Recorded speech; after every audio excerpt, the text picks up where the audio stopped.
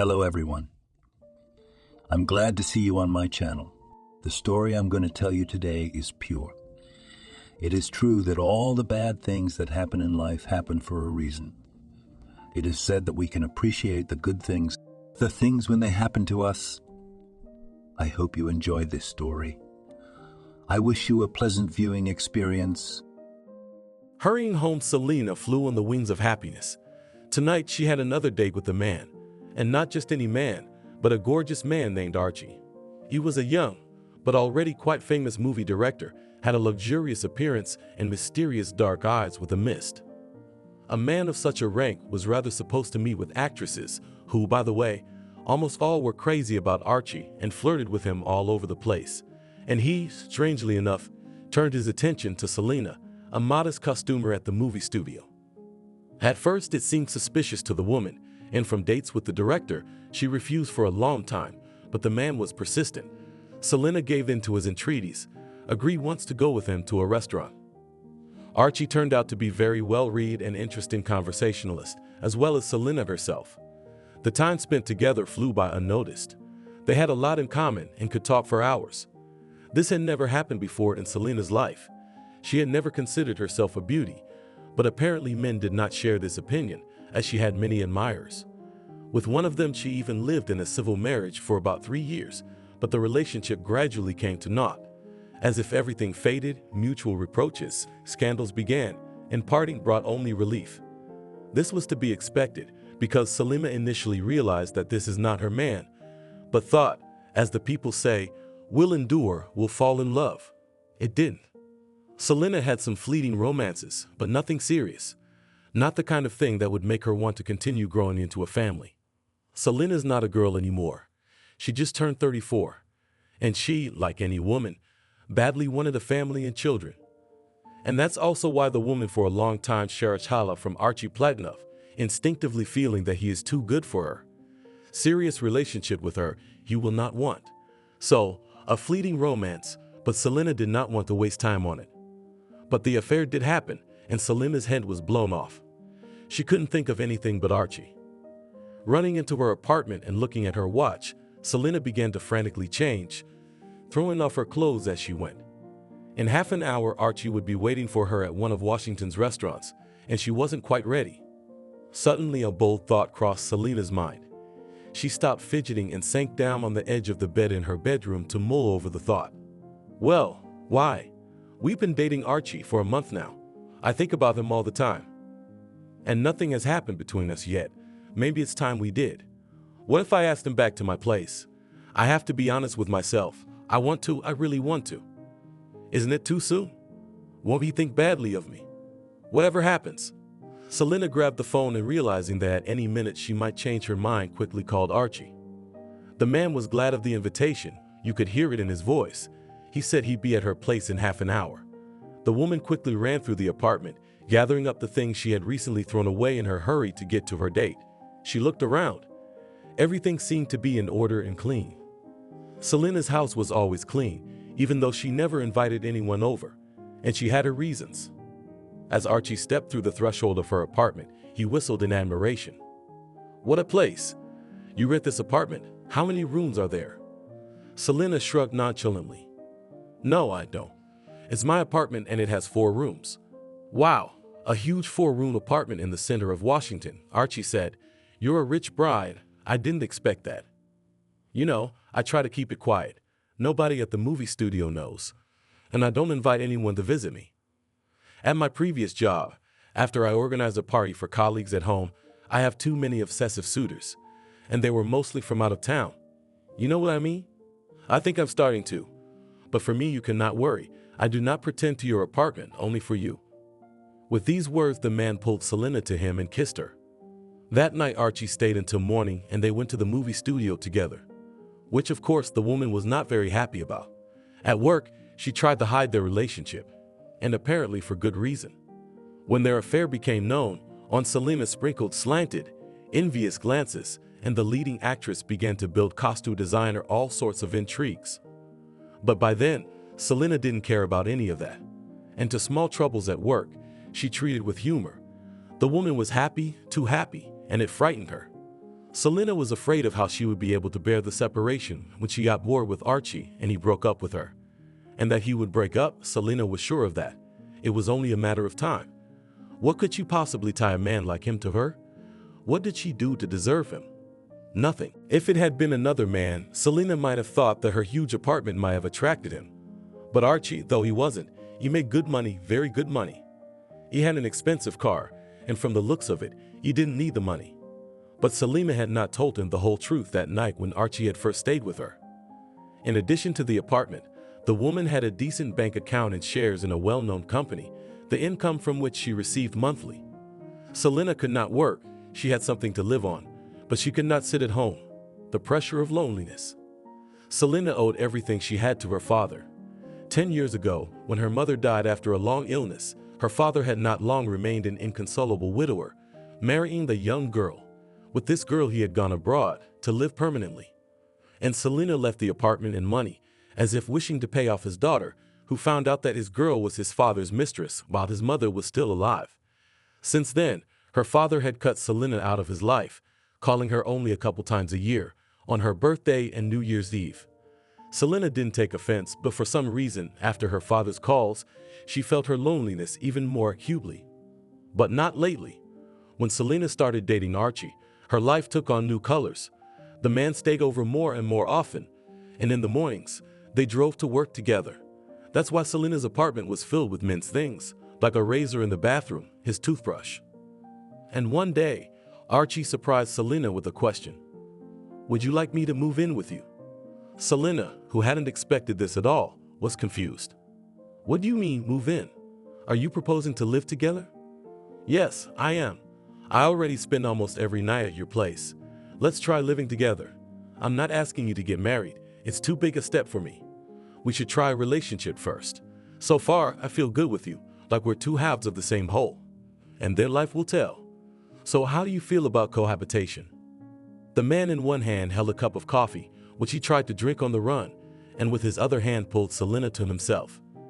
And she, not believing her happiness, nodded her head in agreement. "Yes, of course. I agree. Move in with me." Selena and Archie had been living together for a year when he proposed to her. It was no surprise to the woman. After a year of living together, she could believe that they could have a family. Archie was not a typical representative of the movie industry, but quite a homely man. In the evenings, he liked to read books with Selena. Their taste in literature coincided, and after reading, they vigorously discussed the plot and characters. Also, they liked to go to the theater, to the movies, and in general, they were interesting together. So Archie's proposal was not a surprise for Selena, especially since recently, cleaning the apartment, she accidentally stumbled upon a diamond ring hidden in the closet. And of course, Selena accepted the proposal. How could she not? You can't say no when you're sure you've met your soulmate. But there was one thing. Shortly before proposing to Selena, Archie called her to a frank conversation. This conversation was about children. Selena had long ago begun to notice how her man shied away from anything to do with children. It made her a little uneasy. Once, after a visit to the movie theater, Selena and Archie decided to get some air and walk home. And the woman had dragged Archie into a children's store, just to test her hunch, and her fears began to be confirmed. The more she admired the baby stuff, the darker Archie became. And that same evening when she got home, the man started this conversation. "Selena, I can see your unmistakable innuendo. Lately, you've been getting more and more excited about cute babies, and I see what this is all about. But I'm sorry, I don't share your enthusiasm, and I want to set the record straight. There will be no children in our relationship ever." Archie said what he said, and it hit Selena over the head. "What do you mean, never? I don't get it. You mean our relationship with you is so casual that you're not planning on having kids with me? That's where you're totally wrong. It's very serious for me, and I'm planning on starting a family with you. And if at first I thought I just liked you, now I can say with certainty that I love you, Selena, and I want to be with you always. But I'm not going to cheat on you. I don't want to have children ever. You can either accept that or not. It's up to you." Selena was frightened, fighting back the coming tears. How could this be? Breaking up with Archie was beyond her. But what was the point of living without children?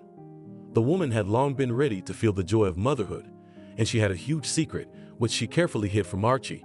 She was already pregnant, and she'd done it almost on purpose, having stopped using protection. It seemed right to her at the time.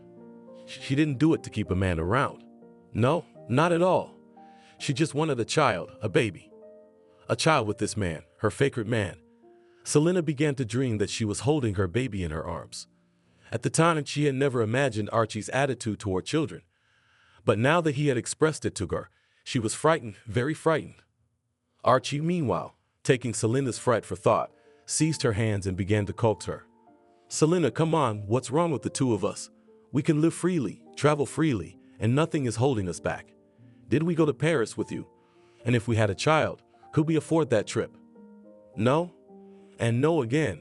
I've never understood why family life has to be centered around children. A family is two people who want to be together. It doesn't have to be cemented by children. You want to wash dirty diapers, stay up all night, and all those baby aches and pains. It's a nightmare." Shocked, Selena was silent, and Archie, taking her silence for consent, kissed her cheek and went to the kitchen to cook dinner. The man loved to cook, and his meals were always exquisite. A couple weeks after that conversation, Archie proposed to Selena, and he took her acceptance as a woman's acceptance of all his conditions regarding children. And Selena? Well, Selena, her heart was torn to pieces. Of course, there was still the option of terminating the pregnancy since the term was still small. But she didn't even consider that option. She was already 35 years old, and the baby would come when she was 36. And if she got rid of him now, what then? Wait for Archie to change his mind. What if he never did? She hadn't said this to Archie then, but for her the idea of a family was the exact opposite. A family must have children. But the most important thing was not even that, but that she herself wanted a child. Archie and Selena married modestly, without too much fuss. They both disliked noisy parties and crowds of people, preferring to spend time together. After the wedding, however, they sat in the restaurant, inviting only 10 people of common friends. The guests congratulated the newlyweds joyfully, noting to themselves that the bride for some reason did not look too happy, and sometimes, thinking that no one was looking at her, plunged into unhappy thoughts. Only one of those present at the table in the restaurant knew the reason for the thoughtfulness of the newlywed. It was Angela, Selena's close friend. They had been friends since high school. True, in recent years Angela had not lived in Washington, but they had not lost contact, constantly calling each other. And recently her friend had returned, divorced from her husband, and their friendship was renewed. Selena could share everything with Angela, and their last frank conversation took place just before the wedding. Angela then said, "I think you should tell Archie about your pregnancy before you get married. You can throw a slicker at me, but that's my opinion. Now it will be easier for him to accept it, but after you officially become husband and wife, and you suddenly start to grow a belly, it may seem to him that you tricked him into marrying you." Which is basically true. He's told you how he feels about fatherhood, hasn't he? He has. He's being honest with you, and you need to do the same. Selena almost cried. I can't tell him that. He'd leave me. And after the wedding, he won't. Are you so sure? Then it'll be worse. Then we'd be husband and wife. Maybe he'll take it a little easier. I hope so. You're a fool, Selena. You are a fool. That Archie of yours is such a gorgeous man. It's a dream come true. Apparently he loves you. You spend all your free time together. What do you want? Why don't you really think about getting rid of the baby? We'll do it quietly. I'll help you. Archie won't find out. And then you can marry him with peace of mind. I don't have kids either, and I've been married, and in more ways than one. So what? Nothing. Children are not the end of the world. No, Selena screamed then. I'll never do that. This baby is mine. I need it. Selena pressed her hands to her still flat belly and stroked it as if to soothe the life that was budding there, comforting and letting her know how important this new life was to her. After the wedding, little had changed in Selena and Archie's lives, except for the wedding rings on their fingers, and otherwise life went on as usual. The newlyweds were always together. Archie began planning a new trip. This time he wanted to visit Italy with his wife, and actively discussed it with Selena, who was more silent. It was unlikely that this trip would take place. By the time Archie planned it, Selena would already have a visible belly, and it would be impossible to hide the obvious.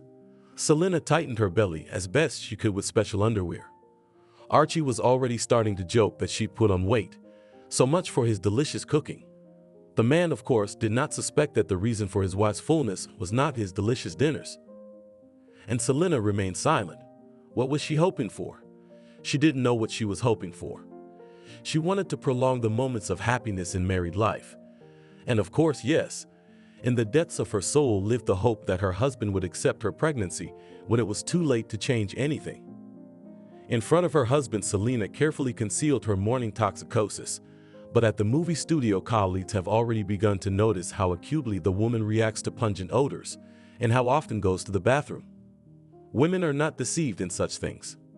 And it happened, which Selena could not have foreseen. One of the female employees of the movie studio hurried to congratulate Archie on the upcoming paternity. The man laughed, answering her that she was wrong, but suspicion crept into his soul, and he wondered. There were oddities in his wife's behavior lately, and the fact that she had begun to gain weight. The man himself immediately dismissed his suspicions. No, it just couldn't be. Selena couldn't do that to him. She had accepted his attitude towards children by marrying him. But nevertheless, that evening, being with his wife in the kitchen and arranging another of his culinary creations on plates, Archie said with a slight chuckle, "Imagine, I was congratulated today on my impending fatherhood." The fork clinked loudly against the plate, falling out of Selena's hands, and seeing his wife tense up, Archie was startled. "Selena, why don't you say something? Did you hear what I just said?" The woman continued to remain silent with her head low over the kitchen table. Then Archie threw the pan of food on the stove, pulled up a chair with a single tug, and sat down opposite his wife. "Look at me, Selena. Refute my words, I beg you. You couldn't have done this to me, could you?" "Yes, I could. You know I could. I'm such a bastard," Selena muttered, not raising her eyes to her husband. Archie turned pale. He couldn't make sense of what Selena had done. He asked how long it was, and when he heard that it was the 4th month, he exploded. "What are you talking about? 4th month? You were already pregnant when we got married, and you couldn't have known about it. Why would you do that to me? Why would you do that to me?" And then Selena became hysterical. She raised her head, looked at her husband, and screamed, shaking with sobs. "Why? Why do this to you? All the time about yourself. What about me? Did you think about me? I want a child. I want a child more than anything in the world. And I wanted it with you because I love you. Yes, I didn't tell you the truth. You can call it a lie. But I just can't understand why would a baby be a problem for our family? We can't go anywhere for a while until he's a little older. So what? I'm 35 years old, don't you understand? I'm right to be the mother. It's such a blessing to give birth to someone you love." Selena tried to take Archie's hand that was on the table, but he yanked it away sharply. And in a hard voice, which she had never heard in her address, asked, "So it turns out that option of interruption you did not even consider?" Selena, unable to say anything, shook her head negatively, and Archie continued. "In fact, I have not told you everything about my past. There are some things that are hard to remember and even harder to tell. You know, I was married. The reason I gave for the divorce was incompatibility of character, but that's not true. We divorced when we lost our daughter." Selena looked up at her husband with surprised eyes. "Yes, you've heard me. I had a child. She was 4 years old when an acute form of pneumonia killed her in a couple days. Misdiagnosis played a part, and then it was too late. Do you have any idea how painful it is to watch your child die and you can't help? I lost a part of myself in my grief, and everything around me ceased to interest me. I wanted to go to sleep and never wake up again. And my wife and I couldn't continue our life together. We couldn't look at each other. And that's when I decided I would never have children again. The world around us is full of suffering, and we have no right to condemn innocent babies to it. I warned you about my decision. I didn't lie to you. I don't want to see you anymore. I'm going to bed." Archie left for the bedroom, slamming the door loudly behind him. And the way he did it, Selena realized he wasn't expecting her there. The woman curled up on the couch in the next room all night. And early in the morning, she heard her husband packing his things. Selena pretended to sleep as Archie wandered through the rooms folding his suitcase.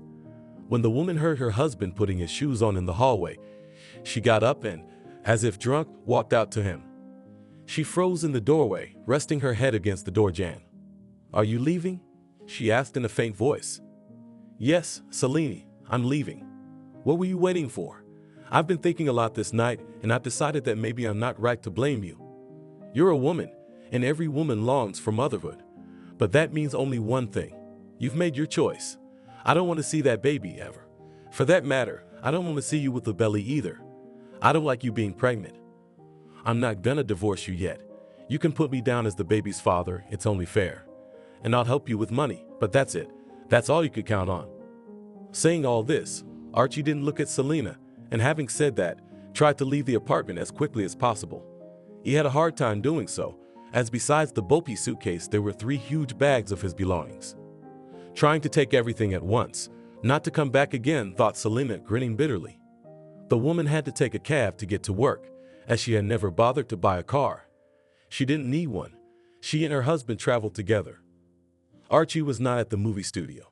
He didn't show up the next few days either. And about a week later, the rumor that Archie will no longer be here. Colleagues looked at Selena with pity, and many with gloating. What did she expect? They whispered in corners that he would live with her forever. Strange that he'd signed with her. Now you have to divorce her. But the main thing was that the end was predictable. Angela came over to Selena's house last night and started giving her a hard time too. No, what did you want? You knew it all along. I warned you, remember? It was still possible to terminate the pregnancy. You've lost such a man. Angela could have gone on and on, but when she saw Selena's eyes fade, she realized she was hurting her even more. Then she hugged her friend by the shoulders and led her to the kitchen. Hey buddy, let's go get some tea. You and I won't be drinking anything stronger for a while. Don't be sour. You wanted a child and you're going to have one. Financially, you're a very independent woman. You can provide for your baby. And men, what men? They come and go. Now you need to pull yourself together. Don't be sad and eat well. Selena waddled from foot to foot like a duck to the kitchen. She was a little while away from giving birth, and her belly was huge. Therefore, she could not move like before. But in spite of that, she was baking her specialty muffins. Angela had promised to come over, which Selena was very happy about. Having gone on maternity leave, she missed socializing. Sitting all day alone in the huge apartment was hard. Angela, seeing how her friend was moping, tried to visit her more often, but it was not always possible. Selena was taking muffins out of the oven when she heard the doorbell ring. She was happy and hurried to open the door. When she opened the door, the woman's face changed. At the threshold, instead of the expected Angela, stood Archie. Selena hadn't seen him since he packed his things and left the apartment in a hurry. The man hadn't shown up at the movie studio either, apparently not wanting to meet his wife. Never called her once, just disappeared from her life, and that's all. The ring on Selena's finger and the constant longing remained as a reminder of him. A storm of emotions ran across the woman's face as she looked at her husband standing in the entryway, and a bunch of thoughts ran through her head. And suddenly there was a sudden hope. What if he changed his mind? What if he came to stay? But that hope vanished when Archie stepped into the hallway without asking permission and handed Selena the keys to her apartment. I forgot to give them to you. Here, I brought them. I didn't dare open it and go in myself. Archie held the keys in his outstretched hand for a moment, but seeing that Selena was in no hurry to take them, he put them on the nightstand in the hallway.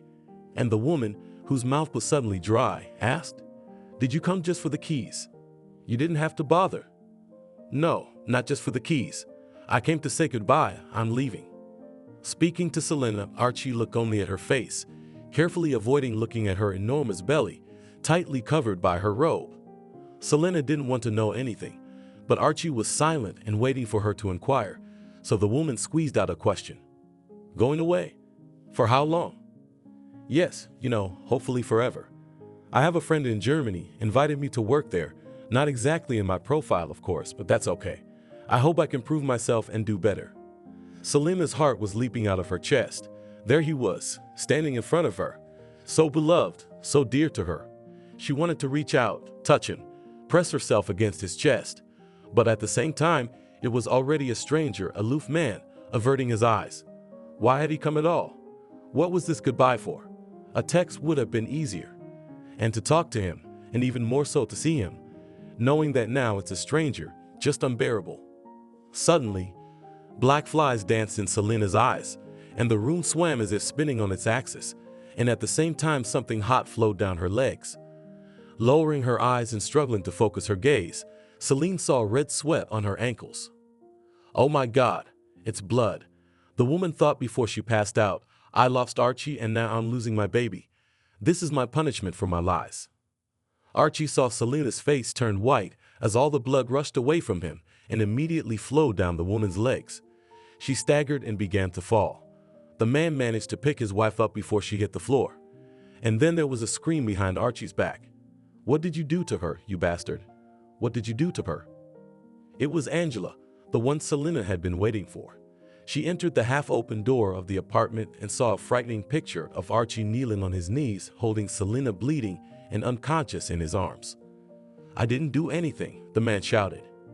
"Ambulance, call an ambulance." The man couldn't wait for the doctor to come up to the apartment. He grabbed Selena in his arms and went downstairs with her to wait for the ambulance at the entrance. In the ambulance, the woman came to her senses and with tears began to beg the doctor to save her baby. She no longer paid attention to Archie, who was also riding in the ambulance. Now she only cared about the baby. Angela and Archie had been wandering the hospital corridor for quite some time. They had been told that labor had begun, but was going on with complications. After a few hours, the doctor came out to them and addressed Archie, since he was officially the husband of the woman in labor. "Your wife can't give birth. We're deciding now, but it's likely she'll have to have a C-section. And I have to ask you whose life is the priority? The mom's or the baby's? You may have to make that difficult choice." "Mom's, of course, mom's," Archie shouted without a second thought. "Say, Selena, there's not even a choice." Angela was silent, standing a little to the side. She didn't know what to say. One thing she was sure of was that Selena would not approve of this choice. But she were asked now, she would surely ask her to save the child, not her. And on the other hand, if Selena was gone, who would raise her baby? Archie obviously doesn't want him. Will he go to orphanages? The heavy thoughts made Angela clutch her head. Selena, what will happen to her when she comes to her senses and realizes that the baby is gone? Will she be able to recover from something like this? The doctor, hearing Archie's reply, left with a quick step. And once again, the dreadful wait dragged on. Selena's labor lasted almost 24 hours. Angela couldn't stay in the hospital all that time. She ran in and out again. Archie, on the other hand, didn't leave for a minute. He didn't even seem to sit down once during all this time, pacing the corridor with wide steps and a grim expression on his face. The man wouldn't even leave to eat, and he refused to drink the water Angela had handed him. Looking at the man's face, which read misery, though he tried to hide it, Angela clearly realized he loved Selena. He loves her very much. Archie looked fearfully at the doctor, who once again came out to them. But suddenly, a smile lit up the tired face of the man in the white coat. Angela, who was standing next to him, thought hopefully that all was well. And the doctor confirmed her hunch. "Thank God, we managed to save the life of both mother and child. You have a boy, a son." Archie missed the doctor's last words. After the anxiety he had suffered, he could not relax and realized that the danger was over. "What's wrong with Selena? Tell me, what's wrong with her?" "I'm telling you, your wife and child are alive. Their lives are no longer in danger. You can breathe, Daddy."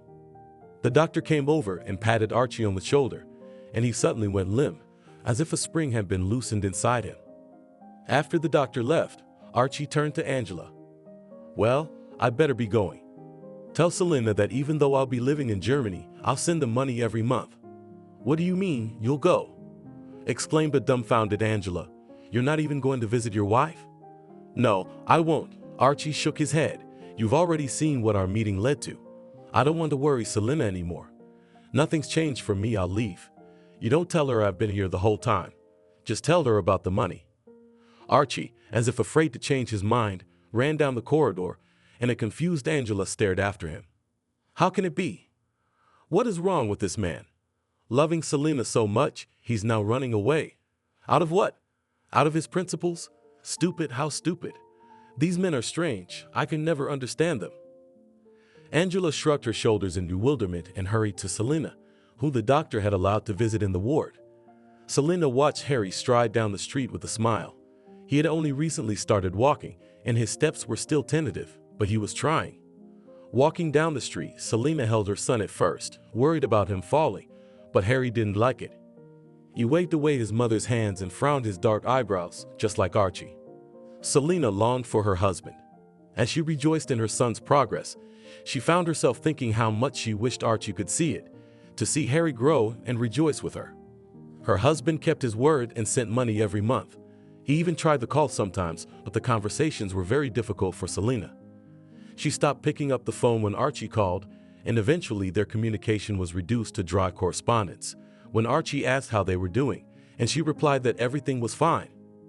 Once again thinking about her husband, Selena walked beside Harry, adjusting to his small steps. They were strolling near their driveway, and then a loud, cheerful voice sounded behind them as always. "Oh, who's taking those little steps? Is that Harry walking like that? What a big boy we have here." Harry smiled happily and wandered over to Angela, who was his godmother. Angela grabbed her godson in her arms and began to twirl him around, delighted by his gleeful laughter. Selena's friend had drastically changed her mind about children when Harry came along. She spent a lot of time with her godson and rejoiced in his successes as much as Selena herself. Now Angela wanted to have a child more than anything else in the world, and was carefully searching for candidates for the role of father. He didn't have to be her husband. In her opinion, he should just fit in appearance and health. Now Angela looked at every man she met with the eyes of a predator, but she hadn't met the perfect candidate yet. After petting Harry for a while, Angela let him go and whispered in Selena's ear, "I've already thought of something to give my godson for his 1-year birthday. It's been a long time coming, but he's going to love it. I won't even tell you yet. It'll be a surprise." Chattering with her friend, Selena turned away from her son just for a second and immediately heard his loud crying. Stumbling, the baby fell and tore his palms apart. But before Selena could, a man walking by jumped up to the boy. He lifted Harry to his feet and, getting down on one knee, spoke to him cheerfully. "What's this, such a big boy, and crying over a simple scratch? No need to cry. You and I are men, and men don't cry, do they?" He winked at Harry, and the boy began to calm down, as if he really felt like a man. No longer crying, the boy showed his soiled and scratched palms to his mother, who came running over. While Selena tried to rinse the palms of her son's hands from the water bottle that was always in her bag, Angela spoke coquettishly to the man. Lately, the woman had been on the hunt, treating every male as prey. And this one, it must be admitted, was quite good. Tall, broad-shouldered, good-looking. Selena took Harry in her arms and looked at the man carefully. "I think I've seen you before. Your face looks familiar." The man smiled. "Of course it does. You always walk here with your son at this time, and I go to lunch at that cafe around the corner. I work as a sales consultant in a building supermarket." The man pointed to the shopping mall opposite Selena's house. "My name is Billy, by the way." Angela faintly cringed when she heard that the man was just a salesman, but nevertheless continued her onslaught on him. But to her disappointment, the man paid no attention to her at all, talking only to Selena and Harry. After a little chatting, Billy ran off to work, not forgetting to wave at Harry.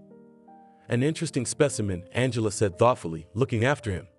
"It's a pity he's more interested in you." "What a stupid thing to say," Selena laughed. "He talked more with Harry. He probably has a child about the same age." Very easily he found common ground with Harry. "Well, maybe," Angela replied. "But I don't really care about that. By the way, you know I'm not getting married. But as a potential father for my future child, I could consider him." That was the end of the discussion of the new acquaintance. But Selena was not surprised when the next day during their walk with Harry, Angela came to them again. Selena guessed Angela expected to meet Billy. And Billy showed up, which wasn't surprising if you went to the cafe at this time every day. The man didn't walk by. He stopped to chat with his new acquaintances. But no matter how Angela tried to pull the blanket over, all the man's attention was on Selena with Harry. It went on like that for a couple more days. Then Angela gave up, stopped coming at that time. But Billy showed up like clockwork, always stopping and spending half an hour with Selena and the boy, referring to the fact that his lunch was an hour long. Selena loved chatting with the positive Billy, and Harry looked forward to his appearance. Meanwhile, the boy's birthday was approaching. Selena had mentioned to her new acquaintance that she had bought her son a children's sports complex for the youngest children, but she wasn't sure if she could assemble it. Billy excitedly offered to help, but Selena hesitated. Talking to Billy while she walked was one thing, but letting him into her apartment was another. She didn't know anything about him except where he worked. Selena asked, "And your wife, she won't mind you helping a single woman?" "What wife, Selena? What are you talking about?" Billy smiled. "I don't have a wife and never have. I'm lonely as a finger." I thought from the way you were talking to Harry that you had children of that age. No, I don't. I don't have kids and I've never been married. The reason I'm good with kids is because I have 2 nephews. I used to love taking care of them until I went to Washington. I'm not from around here. I'm from Trevor. I decided to make a change, so I came here. I thought maybe I'd meet my destiny here. And here I met you. Billy looked meaningfully at the embarrassed Selena. She wasn't ready for such a turn of events, and she didn't consider Billy in that way. In fact, Selena didn't look at men. Her heart was firmly occupied with Archie, the thought of whom she would not let go. Nevertheless, Selena let herself be persuaded and allowed Billy to come over to her and Harry's house tonight to help with the assembly of the sports complex. Unlike Archie, who had squealed at the size of Selena's apartment when he first come to see her, Billy hadn't paid any attention. As it turned out, the man's hands grew from the right place. He was done assembling the complex pretty quickly, but he was in no hurry to leave. Billy played with Harry late into the night and seemed to enjoy it. Selena had no choice but to feed Billy dinner, which he gladly agreed to. The man left only after Selena had hinted to him quite explicitly that it was time for Harry to go to bed. But before that, the man had asked to attend the boy's birthday party, saying that he had already thought of something to give him. Selena was embarrassed to refuse Billy after his help. Billy walked out of Selena's driveway satisfied. Everything seemed to be going well for him this time. He had been to Harry's birthday party today and seemed to have cemented a good opinion of himself. Maybe he'll get more out of Selena than he had with the previous women.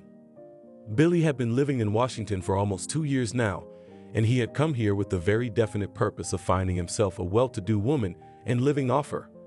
Billy had never liked to work, and a friend told him that in Washington, there are a lot of wealthy and single women who are happy to receive male attention, and Billy had the huge plus of attractive looks. He knew his worth and wanted to take advantage of it. Unfortunately, his previous relationship had ended badly. Then he set himself as a victim, a woman much older than himself, who was the widow of a rich man. Billy managed to gain her trust. The old woman seemed to fall in love with him like a cat and let him live off her. But then he asked her for a large sum of money, claiming that he was involved in a murky story and he had a debt. The widow gave him the money, but at the same time hired a detective to follow the young lover. That's when she found out how easily and cheerfully he squandered her money in clubs with girls of easy virtue. The woman had thrown Billy out of her house without even a squeak. I didn't want to work, so Billy had to find himself a new cash cow. He found out about Selena at a club, having met a chatterbox who worked at a movie studio. When she got drunk, she told him about her colleague, who was abandoned with a child, and who, nevertheless, got everything easily because she didn't need money. Carefully finding out the details from Selena's neighbors, Billy was pleasantly surprised to learn that she owned a huge 4-room apartment. And how much could such an apartment be worth? I can't even imagine. This time, Billy decided to approach the matter more carefully and meticulously. He even got a job near Selena's house. He found out what time she was out with the baby and patiently walked by, looking for the right moment to meet her. The timing was perfect when Harry fell. The fact that this woman had a child was a good thing. Billy always knew the best way to get to a chicken mom was through her kid. If the kid likes the kid, the mom likes the kid. So Billy began his acquaintance by flirting with the boy. If he wanted to, he could get along with kids, though he couldn't stand those backbreakers. Then Billy got persistent. He asked to come to the apartment and to the birthday party. At the party, the man spent most of the time with Harry and perfectly saw Selena likes it, and the boy didn't want to let Uncle Billy go. And that's good, that's very good. It was just a pity that tomorrow he had to go back to that hated job. Billy hated to work on principle, much less to work as a salesman, when he had to smile and please unfit customers. That wasn't why he'd come to Washington, D.C., to be an errand boy. He had far-reaching plans. The children's birthday party was over, and the guests had dispersed. Selena had invited some of her colleagues from the movie studio with small children. Harry couldn't tear himself away from the many presents, but the day had been too eventful, and he fell asleep cradling the talking teddy bear that Uncle Billy had given him. Angela helped Selena clean the apartment, but she was in no hurry to leave. She really wanted to discuss Billy. So, Selena, I see our salesman has become a frequent visitor. Anything going on between you two? Not yet, but, I'm willing to think about it. Billy really liked Harry, and that's the most important thing. Archie left us, and I can't stop thinking about him, and it's wrong. Maybe to get Archie out of my head, Billy's the way to go. Then again, I've got a boy growing up, and a boy always needs a male authority figure in front of him. Angela bit her lower lip slightly in thoughtfulness. When she considered Billy for herself, he'd suited her, because she'd only looked at his looks. But when she thought of Billy as a life partner for Selena, for some reason, Angela was sickened by the thought. Selena, I wouldn't rush into anything if I were you. Billy's attractive, he's nice, he's positive, he likes to play with Harry. He's good. Isn't he too good? I don't know why, but I find this perfection very disturbing. A man's got to have some flaws. Archie had plenty, but Billy doesn't seem to have any. It's like the ideal for a single woman with a baby. Doesn't that bother you? Selena laughed and put her arm around her friend's shoulders. Angela, don't be jealous. I know perfectly well that you wanted to get Billy yourself. But it so happened that he liked me better. So it's not fate. You'll meet someone else. You'll be fine. Angela was silent for a moment and then changed the subject, starting to discuss how much fun Harry's birthday had been. She had originally thought that the conversation about Billy would end there. Realized that her words could be seen as jealousy. It made sense in their situation. Only it wasn't true. Angela wasn't jealous at all. She genuinely loved Selena and would have been happy for her happiness. She'd give her this Billy as she was sure he was what he seemed, but her gut told her he wasn't. A couple months later, Billy moved in with Selena. They started getting close about 2 weeks after Harry's birthday. One night, Billy didn't want to leave and took the initiative to kiss Selena, and she gave in. That was the first time Billy had a sleepover.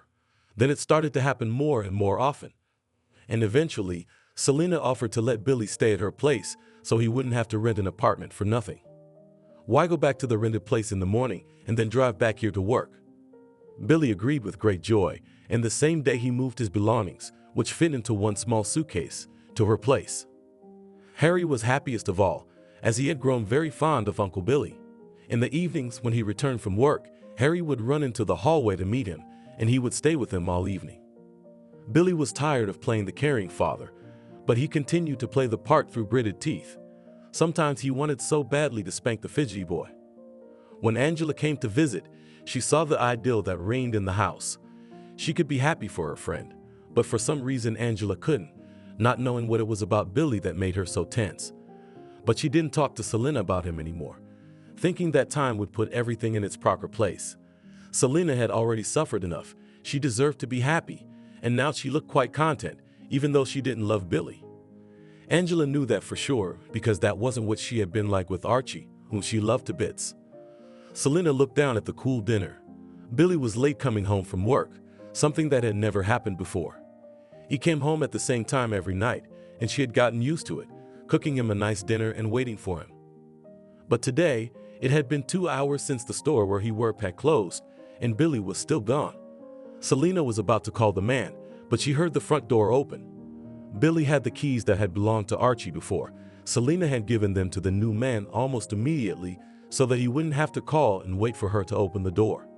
Selena saw Harry walk over to greet Uncle Billy, but the man's usual cheerful greetings were not heard. Billy came into the kitchen, where Selena was waiting, warming up the cool dinner, sad and lost. He refused dinner and sank down at the kitchen table with his hands on his head. Is something wrong? A worried Selena asked. Yes, it is, Selena. It's happened. There is a big shortage in our store, and not only am I being fired, but they are making you pay for it. And it wasn't my fault, Billy said with a confused expression. I didn't take anything, and I don't have the money to pay the shortfall. You know, that's just the way I am. I can't save. I can't save money. I don't know what I'm gonna do now. Billy folded his hands on the table in front of him and laid his head down on them with a heavy sigh. Selena was a little confused at first, but hurried to encourage Billy. Billy, what's the matter with you? It's not the worst thing that can happen in life. You don't have to get so upset about it. How much is your shortfall? A lot, Billy moaned without raising his head. Over 200,000. Where can I get that kind of money? Selena smiled. Well, it's not such a huge sum. I'll give you that money. Billy raised his head sharply and stared at Selena's face in bewilderment. Is it a small sum to you? I've never inquired, but Selena, where did you get the money from? You're on maternity leave. I don't think you get much.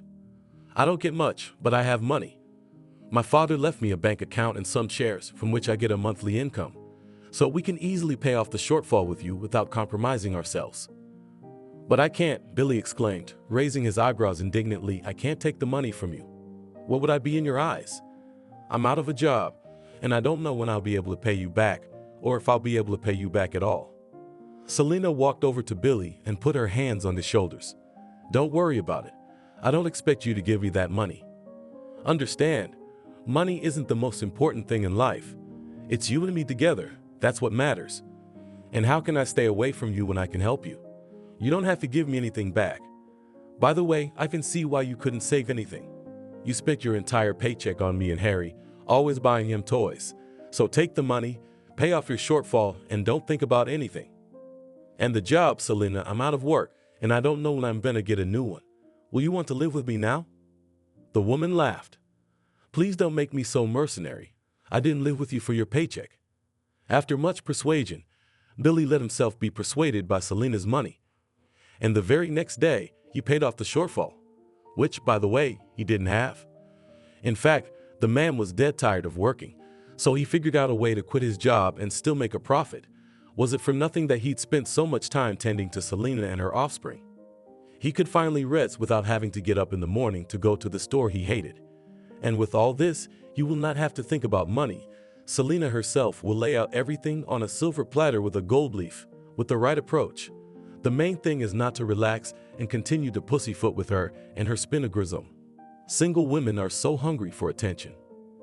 After he quit his job, Billy started getting up at 12 o'clock in the afternoon. He'd eat and leave the house, supposedly to look for a new job. The man would return late at night, tired and frustrated. Billy complained to Selena that he had to go to job interviews all over Washington, D.C., and taking public transportation took too long. One day, in a half-joking manner, Billy blurted out, "It's too bad you don't have a car. You could drive me around looking for a job, and you get a little more out of it than staying at home all day." Selena perked up. "You know, I've been thinking about it myself. While Harry and I were living alone, we didn't need a car, and I don't like driving. I haven't driven in a long time. I'm used to it. We can buy a car if you drive it. How would you like that?" "Really?" Billy exclaimed with joy. "You can afford a car too?" "No, really? That would be great. Unless, of course, it's really bad for your budget." "It won't," Selena reassured the man. "Tomorrow we'll go with you to the car dealership and choose a car for us." "Not us, but you," Billy corrected Selena. "I don't want to be an accessory. This car will be yours alone. But I'll be your personal driver if you want." The next day at the car dealership, Selena was looking at mid-price cars. Billy, on the other hand, was magnetically drawn to expensive cars, especially the Land Cruiser, which Selena had not planned to buy. But when Selena saw how the man's eyes glistened with joy when he looked at this expensive car, she decided to take it. Although Billy discouraged her, saying that he was just dreaming of such a car, and that she could buy something simpler. Dreams should come true, joked the woman, and went to formalize the expensive purchase. When they, with the manager of the car dealership, sat down at the table for registration, Selena realized with alarm that she had no documents with her. First, she rummaged through her purse, trying to find them there, and then she dumped all the contents of her bag on the table. But in vain, there were no documents. How could she have forgotten them at home, since she always had them in her purse? Billy was visibly upset. "How could it be, Selena?" he scolded the woman. "We went to buy a car, and you forgot the papers. Now we have to drive all the way home again, and Harry's tired. Here I am, always carrying all my papers with me." Billy patted his breast pocket. Selena looked at her son sitting in Billy's arms. The child did look tired. Then a bold idea occurred to her. "Give me your papers, we'll put the car in your name." No, that's impossible. This car should be yours." "Why should it be? Who decided that? Who cares who the car is registered to?" "Give me the documents," I said. Selena demandingly held out her hand. The man reluctantly reached into his breast pocket, pulling out his documents. Until the last, while the manager was doing the paperwork, Billy shook his head, muttering, "No, this isn't right." The checkout manager went outside for a smoke and watched a brand new Land Cruiser roll out of the dealership, its polished sides gleaming in the sun. The manager grinned and thought, "That's why women are all so stupid. Everything is so obvious." At the wheel of the car sat Billy, bloated with importance. He had already praised himself 100 times for having thoughtfully taken her papers out of Selena's bag. Everything had gone exactly as he had planned, and what a brilliant strategist he was. Knows how to push a woman's buttons. Told her about the child's fatigue, and whoops, he's got the car in his pocket. Now, even if things go wrong with Selena, if she stops sponsoring him, they'll never get that car back. It's his property now, and you can't take it from him with your teeth.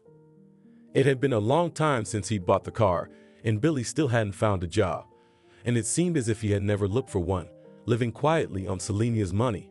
It didn't bother her at all. On the contrary, she was glad that Billy was spending so much time with her and Harry.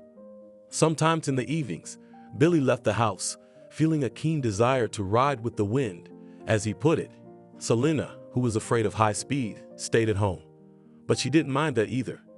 Every man needs his own space. Sometimes he needs to be alone. But Angela did. She was beginning to resent the state of affairs in Selena's family. One evening when Billy had gone for a drive, Angela, who had come to visit her godson and found them alone again, began to say to her friend, "Selena, what's going on with you two? Why isn't Billy looking for a job? Where is he now? He's driving around alone in your car. Is he driving around alone? Are you so sure about him?" "Yes, I'm sure," Selena shrugged. "At first he took Harry and me with him, but Billy likes a lot of speed, and I don't like it, especially with a baby in the car. So I don't mind if he goes for a ride by himself once in a while. A ride alone, lives on your money, rides in your car, and about working and not giving a shit. You think that's normal? Let's say he's looking for a job. He's just looking for something better than a store clerk. I'm not rushing him. We have enough money. And as far as trust goes, yeah, I trust Billy, and I wasn't afraid to put the car in his name." "You did what?" Angela gasped with indignation. "You put the car in his name? Are you stupid, Selena? I didn't expect that from you. You know, no matter what Archie does to you, I've been on his side lately. You're still married to him, officially, I mean. And yet you're living with another man without telling him. And Archie sends you money every month. A lot of money, by the way. And you're buying another man's car. If someone had told me that about you before, I wouldn't have believed it. Selena, what's wrong with you?" At these words of her friend, already Selena lost her temper and raised her voice at Angela. "What are you thinking? That I'm spending Archie's money on my new man? I'm not. I haven't spent a dime of what Archie sends me. I set up an account in Harry's name and I put all of his father's money into it. Billy and I live on my own money. You've forgotten how Archie left us and how you comforted me and called him a jerk. And now all of a sudden he's a good guy. If you must know, I still love him and I can't get over it. If Archie left me alone at night like that, I'd be nervous. But when Billy does it, I don't care. He's a very nice man though, and I hope I can love him someday because there's a lot to love about him." Selena was quiet for a moment and then continued in a much calmer voice. "You're probably right about Archie and I'm not being divorced. I owe it to him to let him know that I have someone else. It's only fair to him. Let him file for divorce. You know, Angel, when he said he was taking it slow, I was glad. I hoped he'd come to his senses, want to see his son, and come back to us. But with each passing month, that hope faded, and now it's gone. So maybe it's time to get a divorce. You're right about that. I was sure he'd come back to you. Only now did Archie realize how much he wanted to be behind the wheel of the very car that had taken his family away. Or any other car, or no car, it didn't matter, just as long as he was next to them. Never mind all the principles and the oaths. It's just too bad it can't be undone now." Selena and Billy went to the supermarket that night to get groceries. It was probably the only place they ever went together. Many times Selena had suggested that Billy leave Harry with Angela and go to the movies or the theater, where they often went with Archie. But Billy wasn't interested, he refused, and the woman resigned herself to stop calling him. After stocking up on groceries, the couple returned home. Billy took the bags into the hallway and ran out, telling Selena that he would be gone for a while, to get some air. The man jumped out of the driveway and the car alarm beeped. He had already opened the driver's door when he heard a loud, snide voice behind him. "Well, hello, hubby. I've been looking for you for a long time." Billy was startled to see his wife in front of him. He had always been a little afraid of this bossy, cruel woman, and he couldn't understand how he had married her 10 years ago. Married, of course, as they say, by chance, Leslie was already pregnant. But still, there was a feeling that Leslie simply forced him into this marriage, married him by force, and he did not have time to escape. but he had run away afterward, having been married to Leslie for almost 8 years. And Billy didn't care that he was leaving 2 kids behind. He was sick of being broke all the time. Leslie was always nagging, forcing him to work harder, and Billy hated working. In principle, for 8 years they got along with Leslie. If it wasn't for the perpetual lack of money, maybe Billy wouldn't have run away. And though he didn't like other people's children, he still had his own. He was, you might say, attached to them, but that didn't stop the man. For 2 years he hid from his wife, and from the heavy family life, pulling all the veins out of him. Billy's mouth was instantly dry when he asked his wife, "How did you find me?" "Never mind, hubby. Let it remain a mystery, for there must be mystery in a woman." Leslie laughed rudely. "Isn't there anything else you want to ask me?" Billy looked around. It seemed like Selena should be busy right now, sorting through bags of groceries. But what the hell as she looked out the window and saw him and Leslie? How would he explain it then? So Billy ran around the car and opened the passenger door hospitably. "Come on, Leslie, let's go for a ride." "Let's go for a ride," said Leslie, and sitting down on the seat, she began to look around the car with admiration. "You've got a good job, Billy. You ride around in a car like this and you don't give a damn what your kids eat. And they ain't eating hardly nothing. They're starving. Their daddy doesn't pay child support, he's hiding. He ran away, the bastard, and forgot about his kids." Billy was concentrating as he drove down the road from the yard and kept silent. He needed to gather his thoughts. How to behave with Leslie, what to do next. Did she know about Selena? The man glanced at his wife as she examined the contents of the glove compartment. Of course, there were Selena's things, cosmetics, and Leslie slammed it shut with indignation. She noticed her husband's leering eyes on her and squealed, "Why are you squinting? Do you think I know about your grandmother? Don't get your hopes up. I know everything. How you live off her, how you don't work, how you roll around in her car. Before I approached you, I made some inquiries." Billy sighed heavily. "Well, you see, Leslie, you've got it all figured out. Yes, I live off her, but I don't love her." Leslie exploded. "What are you talking about? Love her? Don't love her? I don't care. You think I'm jealous? You're stupid to be jealous. You've never loved anyone. I know exactly why you're living with that woman. You didn't love me, and you didn't love your children. But still, they're your children, and you have an obligation to them. You've tried to file for divorce, but that's never gonna happen, remember that. I will not give you a divorce, and I will not let you off the hook again. You will provide for me and your children. Right now, they're sitting alone in a rented shack on the outskirts of Washington. It's all I could afford, and I only paid a month's rent. The kids are starving, and you're living off the land, you asshole." The man was silent. He understood what his wife was getting at. She needs money, only money. And where could he get it? Living off Selena. Leslie didn't like Billy's silence, so she yelled even louder. "Why don't you say something? Do you even know how much child support you owe? We're not divorced, but I filed for alimony. I could sit the bailiffs on you right now for taking so long to find you. But I'm not gonna do that yet. You'll pay me anyway.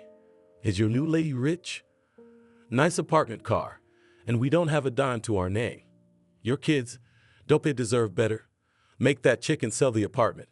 Take all her money and we'll go away, far away. You'll live with us. I'll never let you go again." "What are you talking about?" Billy's scared. "What do you mean you're forcing me to sell the apartment? What do you think she is? Crazy? Selena would never do that. She's been giving me the stink eye lately, and I'm thinking of getting a simple job. I'm even thinking of getting an easy job." Leslie mocked her husband. "God, what kind of man are you? Where were my eyes? Other people work 3 jobs to support their families, and you? All you can do is get a job and live off a woman's money.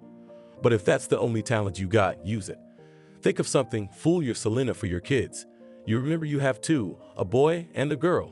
What are their names again?" "Come on, Leslie, come on." Billy wrinkled his nose like a toothache. "I've never forgotten about the kids. But what are you going to tell me to do? You were always short of money. What was I supposed to do? Go broke? I can't, as you say, work 3 jobs. I know you can't. You can't do anything but wag your tail in front of women. So go on, keep on twirling it, but make sure the kids and I are provided for. Do you have any idea how much your Selena's apartment is worth?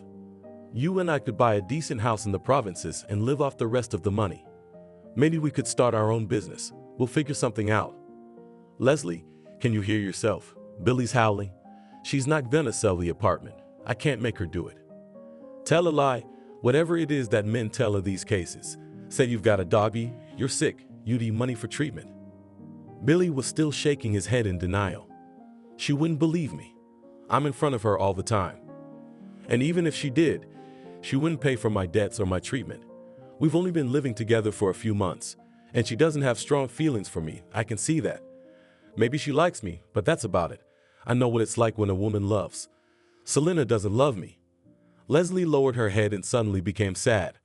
When she spoke, there were tears in her voice. Yes, you know when you are loved. I loved you very much. You felt it. And after me, there were probably women who fell in love with you. And you betrayed me, my children, everyone you cared about. But only I know your true nature. You're a man who loves only himself and values his own well-being above all else. Taking care of your family was beyond you, wasn't it? And the kids missed you. They kept asking me where Daddy was. What was I supposed to tell them? Daddy ran away and hid from us because he wouldn't feed you. That's it, Leslie, that's it. Stop feeling sorry for me. It's not helping. I really can't do anything. All I can do is bilk Selena out of small amounts of money every now and then and give it to you. But there's no way to get her to sell the apartment. No, that's not enough, Leslie said very seriously. I'm not going to live patiently on your meager handouts. I've had enough of this, and now I need everything at once. Do what I say, but do what I say. Otherwise, I'll come straight to your apartment with the bailiffs. Now let's go to the kids and let them remember what Daddy looks like, and maybe you'll have a little conscience. What am I talking about? What conscience? All right, let's go see the kids. Speaking of money, give me what you've got now. We need to eat and pay the rent. Selena was sitting in a chair trying to read a book. Harry was playing nearby, rolling his toy cars on the floor. But the woman's thoughts weren't on her son right now, but on Billy, who was sprawled out on the couch in the next room watching soccer. It was the man's main occupation when he was at home, lying on the couch and staring at the television.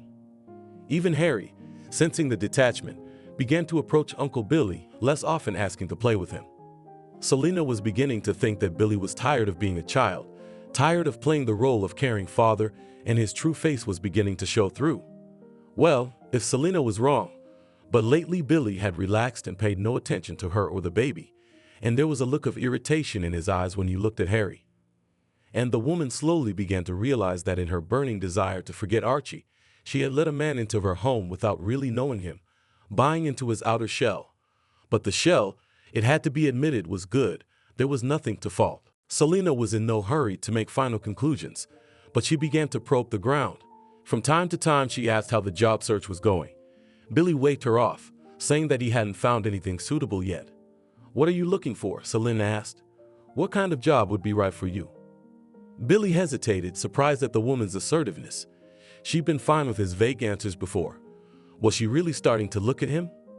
The man with a charming smile walked over to Selena and pecked her on the cheek. Well, so suitable, he spoke playfully, to spend more time with you and to make a decent salary. I want to provide for you and Harry, not just live next door. So you're looking for a job where you can spend as little time as possible and still get a big paycheck? Selena asked with a chuckle. Selena, you don't have to exaggerate. Billy frowned a little. Harry whimpered, hitting the corner of the table, and Billy rushed over to him, ending the conversation. That evening and for the next few days, he stayed close to the child again, as if he had come to his senses at first. But it already seemed suspicious to Selena. And so, the woman looked at the book, but could not read a line there. Her thoughts kept jumping back to Billy. Had she misjudged him? The woman slammed the book shut in one swift movement and strode resolutely into the next room. A thought occurred to her as to how she could test Billy. Billy, I've been thinking we should sell our car, she said, walking over to the couch where the man was lying. The man seemed to be thrown up on the spot. He abruptly took a sitting position and stared at Selena with wide eyes. What happened? Why? What's wrong with the car? You know, I guess we can't afford it after all. It's a big tax bill, and I made the mistake of buying such an expensive vehicle. It hit me hard. Let's sell it and buy something simpler. Billy was seething with anger. This was a car he'd originally considered his property, and he couldn't afford to sell it. Besides, Selena would probably keep the money from the sale. But how could he refuse now?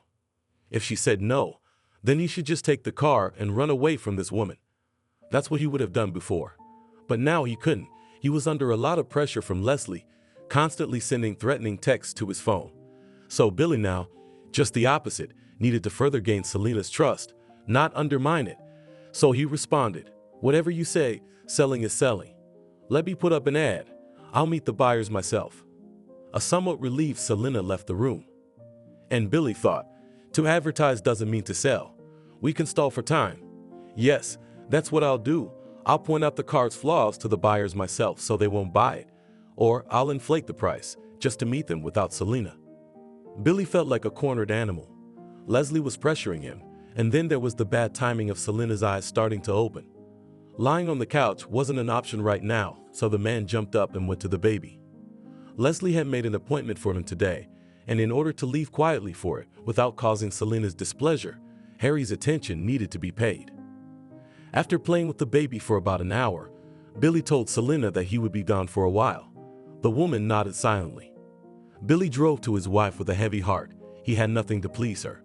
But every time he crossed the threshold of the rented apartment that Leslie and his children rented, the man realized that his wife was right. Why do their children have to live in this room? And this Harry is there with fat. Selena doesn't know what toys to buy him, what to feed him. And this little brat has everything and he can't be surprised with food.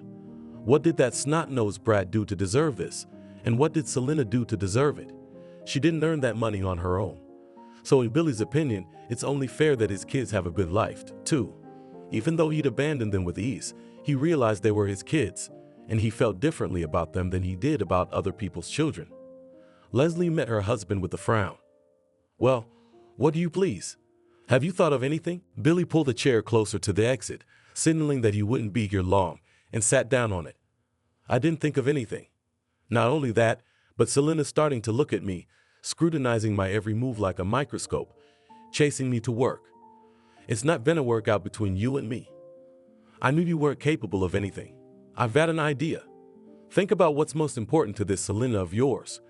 What would she give all her money for without looking?" Billy answered without a second thought. "Her son, of course, what else?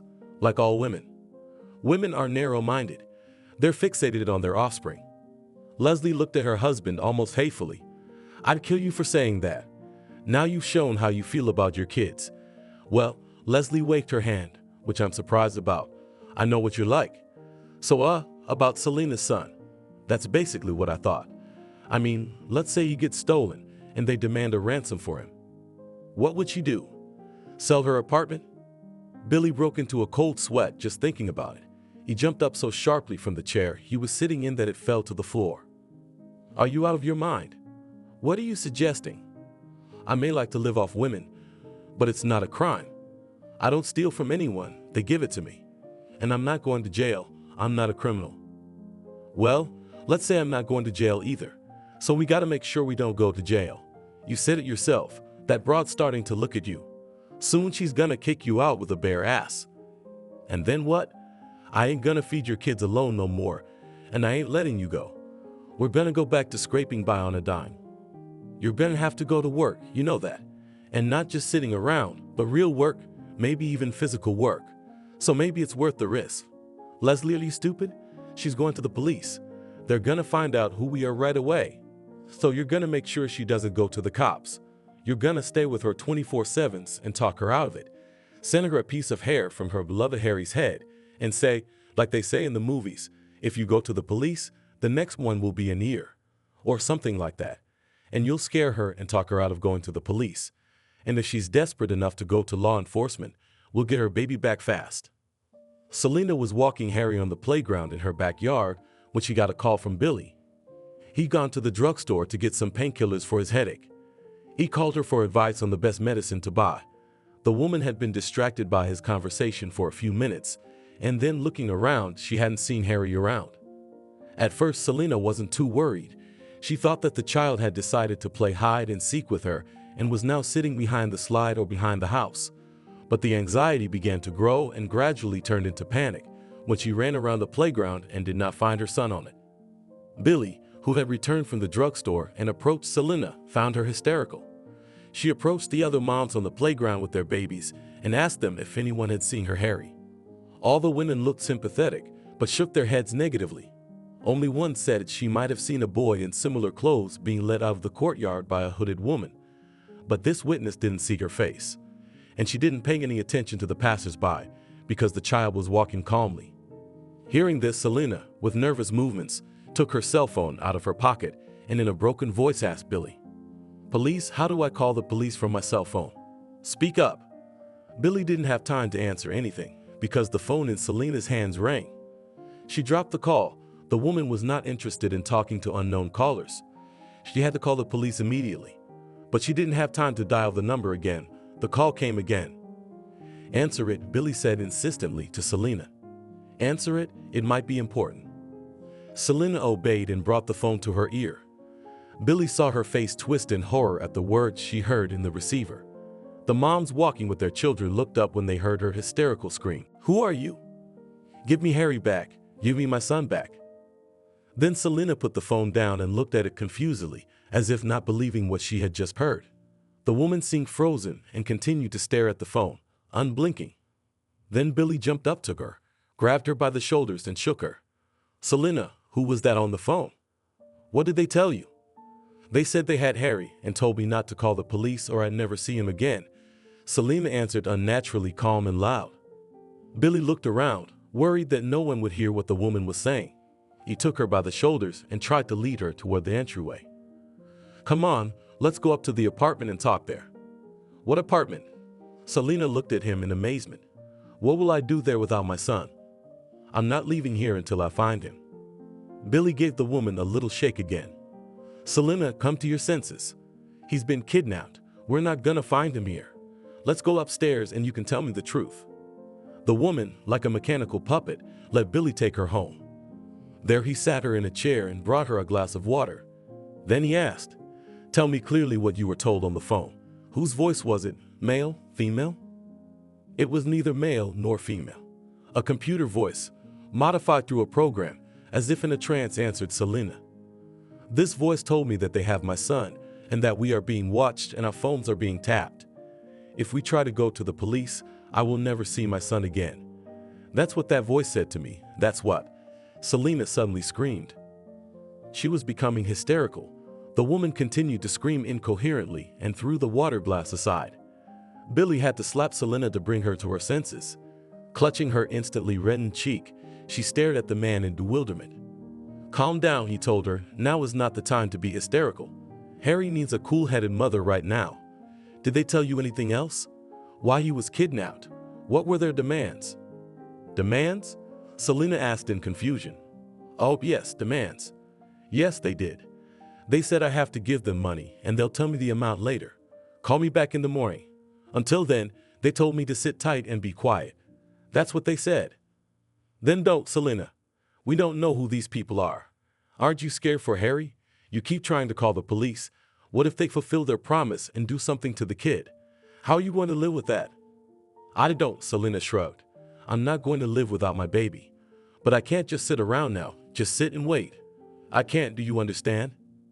"You have to." Billy tried to sober the woman up. "Let's wait for the kidnapper's next call and find out exactly what they want from you. Money, obviously. How much are they asking for? Selena, if it's no secret, how much do you have in that account you were talking about? Can you pay these kidnappers?" When Selena voiced the amount she had in her account, Billy inwardly gasped. This was something he hadn't expected. And the money from the sale of the apartment.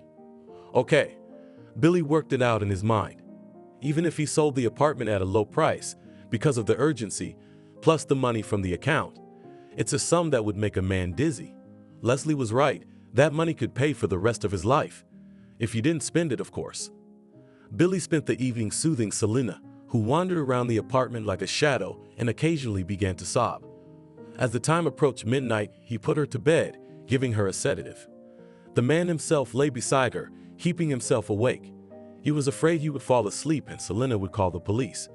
She'd been trying to do it all night. And the man was right.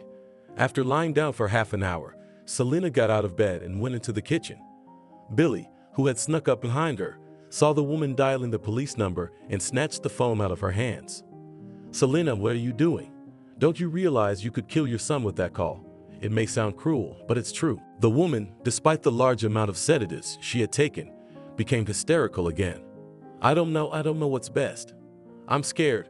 I can't sleep without Harry. It wasn't until about 3 in the morning that the sedative did its work, and Selena fell into a heavy, restless sleep. Then Billy got out of bed and quietly left the apartment. He went downstairs, stepped out of the driveway, and carefully placed a small, inconspicuous box under the bench. That was the plan. Then, sitting down on the bench, he called Leslie. So far everything was going according to plan, he said curtly into the receiver, but she tried to call the police, and I'm afraid to leave her alone. Come on, when you call in the morning, be more convincing, give her more fear. How is Harry, by the way? What's going to happen to him, your Harry? You better worry about your own. He's been crying all night, begging for his mommy. Now he's asleep. Did you find out how much she can ask for? How much she's got in her account? I did, Leslie, I did. I'm gonna tell you something that's gonna blow your mind. Maybe you're right, and maybe we're doing this for a reason. It's worth it. It was only 6:30 in the morning, and Selena was already sitting with her phone in her hands, staring at it. As if hypnotized, she stared into the dark screen, waiting for the call. Billy urged the woman to put the phone down and drink coffee, to calm down a little, but Selena didn't listen to his exhortations. The call rang at 8:30. Are you waiting? Asked the impassive mechanical voice. Waiting, and you tried to call the police. You were warned, we'll know everything. You and your boyfriend are under 24-hour surveillance. You shouldn't have tried to do that. You shouldn't have tried to do that. There's a box under the bench. There's a present for you in it. I'll call you back later. The phone beeped briefly. Selena jumped up and ran out of the apartment. Billy ran after her. With shaking hands, the woman pulled a small black box from under the bench, but she couldn't open it. She stared at the cardboard box and was afraid to take the lid off, afraid of what she might see inside. Billy opened the box for her, and they saw dark curly hair in there. It's Harry's hair. Selena recognized it immediately and burst into tears of relief. It's just hair. The woman was very afraid of seeing something worse in there. The second call came as soon as Selena and Billy went up to the apartment. Did you find our present? We thought we'd take pity on you for now. Next time it won't be hair. Trust me. You didn't take what we said seriously. We have nothing to lose. Decide for yourself whether it's money or the life of your child. How much do you want for Harry? Selena asked in a stammering voice. When she heard the answer, she shouted into the phone. But I don't have that much, no. Then the woman put the phone down and looked at Billy with widened eyes of horror. Disconnected, she said confusedly. They quoted such a sum. I don't have that kind of money. And they also said I have a week's time. I have to give them the money in a week. Yeah, it's a lot of money, Billy said. You have an account, but where can you get the rest of the money? The apartment. You could sell the apartment, Billy exclaimed, as if he just had an epiphany. The apartment is yours. Isn't it in your name? Of course it's in my name, Selena replied. It had never occurred to her that she could sell the apartment, but it would take a long time to sell it, more than a week. That is, if only at an undervalue through an agency. Selena grabbed her head. And then what would we do? Where would Harry and I live? Don't worry. Billy stepped towards Selena and put his arm around her. We'll figure it out somehow. I'll go to work. I'm with you. The important thing is to get Harry back. What if they don't bring him back? What if I give them everything I have and they don't give me the baby back? What then? It'll be too late to go to the police. We have to do it now. I don't know. Selena continued to hold her head and sway bitterly from side to side. What's the right thing to do? I'm ready to give everything. But all of a sudden, Billy, horrified, recoiled from the woman. What are you talking about, Selena? What police? Don't you care about Harry's life at all? Don't you get the point of this surprise in a box? Give them the money and be glad you had it and bought your child's life with it. Let's get down to business. What do we need to do first? Cash out your account or deal with the sale of the condo? The apartment, of course. I can cash out the account anytime I want. Well, or in a couple days with a pre-application. That won't take long. But the apartment? Let's go to the agency right now. Selena couldn't sit still. She needed something to do. And if it wasn't the police, then she'd have to start collecting money right away. She probably would have walked out of the apartment in her pajamas and down the driveway if Billy hadn't reminded her to get dressed. Angela was milling around outside Selena's driveway, with a huge bag of Lego constructions in her hands that she'd bought for her godson. She dialed Selena for the 10th time, but she didn't pick up, and Angela didn't know what to do. Calls to the intercom didn't bring any results either. After tramping for 40 minutes near the entrance and not stopping to call her friend, Angela decided to leave and come back later. And then she saw a familiar car pulling into the yard. Barely waiting for it to park, Angela rushed to Selena, who was getting out of the Land Cruiser. "Where are you guys driving around? Why aren't you answering your phone? What's wrong with your phone?" Selena glanced at a disgruntled Billy. He was the one who had urged her not to pick up the phone from Angela, saying that it was better not to tell her anything either. Angela was too chatty. Angela, however, not noticing the scowling faces of her friend and Billy, began to open the back door of the car with the words, "Where's my sweet boy? Where's Harry?" Staring at the empty child's seat, she wondered, "Selena, where is Harry? Who did you leave him with?" "Let's go upstairs to our room," Selena replied glumly, and Angela only now noticed her face blackened with grief. They went up together, and when they got into the room, Selena sank down on the couch like an inflatable doll that had been abruptly blown out of the air. And once again she began to sob. Through her tears, Angela could barely understand what her friend was telling her. But Billy sat down next to her, and he added to Selena's story. Angela didn't sit down. She paced around the couch from side to side, and when she heard the rest of it, she exclaimed, "So it turns out if you completely catch out your account and sell the apartment, the amount will be just right. Am I right? You don't think it's strange?" "What's weird?" Billy answered in Selena's place. "These kidnappers said they're watching our every move. It's no wonder they know about Selena's account." Angela squinted her eyes and gave Billy a long look that made the man uncomfortable. Then she said, "Billy, can you leave the room? I want to talk to my friend alone." Billy didn't move and looked defiantly at Angela, then at Selena, as if seeking her support and not wanting to leave the room. But Selena said, "Come out please, Billy." Pouting resentfully, Billy got up from the couch, showing with all his appearance how undeservedly he was being insulted in this house. After waiting for a while, Angela opened the door, afraid that the man would overhear their conversation. And she was right. Billy was standing by the door, pretending to adjust something on the nightstand. At the sight of Angela peeking out, he retreated into the other room. Only then, with the door shut tightly behind her, did Angela begin to speak up to Selena. "Selena, what's going on? Your son has been kidnapped. And to raise the necessary amount of money for ransom, you need to sell the apartment." "Who suggested that?" "Billy suggested it," Selena replied quietly. "That's what I thought. He offered to sell the apartment, but the car. He didn't offer the car." "Of course not. It's in his name. Don't you still think his behavior is strange?" "Yes, I do. I didn't tell you this, but I've had my doubts about Billy for a long time. We'd even put in an ad to sell the car. And then this. But I don't think he'd steal Harry. Is he really that much of a scoundrel? I mean, who knows, who knows? I don't understand anything anymore. I can't think about anything but Harry. And you know what? Even if Billy is involved, I'll give them all the money they're asking for. Everything I've got. Just so long as they bring my son back to me, alive and unharmed. I've wanted to call the police so many times, but I'm afraid, Angel, I'm afraid." Angela looked at her friend with pity. She understood her. She wouldn't call the police herself, because it was scary, very scary, to make a mistake and jeopardize the little life of the boy she loved. Archie looked around. He didn't seem to have forgotten anything. The suitcases are stowed. Everything. Ridges burned, ticket bought. Last day in Washington. Tomorrow he leaves for permanent residence in Germany.